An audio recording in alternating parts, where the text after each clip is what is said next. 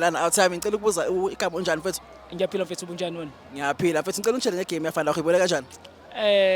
I-game be-balanced but yazi abafana badinga yabona that momentum was yeah indaba e-friendly game igana ukuthi angazi ukuthi khona ku-AFCON. Cha ayikho. Mangabe ingekho i-AFCON yabona it tells you a lot ukuthi we need people akade sokwazi ukuthi sicompete nabo kwi-AFCON but yabona ukuthi ishuthi ivele i-performance yabo ayikho that much ukuthi singakwazi ukuperforma nabo. Ngiyakuzwa mfethu. So ngicela ungitshele ngama surprises wakho ku line up. Belikhona mhlambe iplayer abo expect ukuthi liqala umdlalo namhlanje?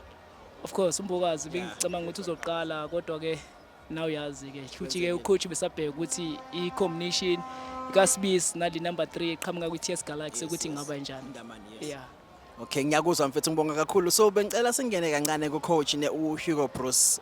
Ukhulumile ngendaba yokunga include uThembi Nkosi-Lorch esquadini. Uzizwa kanjani? Do you want to see uLorch kuBafana Bafana?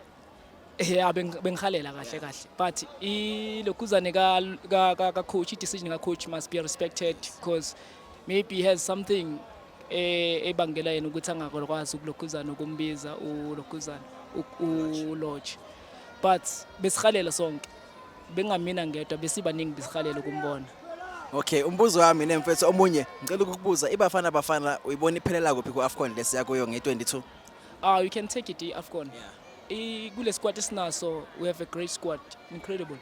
We can take it mangibheka nama game esiwadlalile mawujibheka ama-win eBafana Bafana nama team esodlala nawo. It's possible.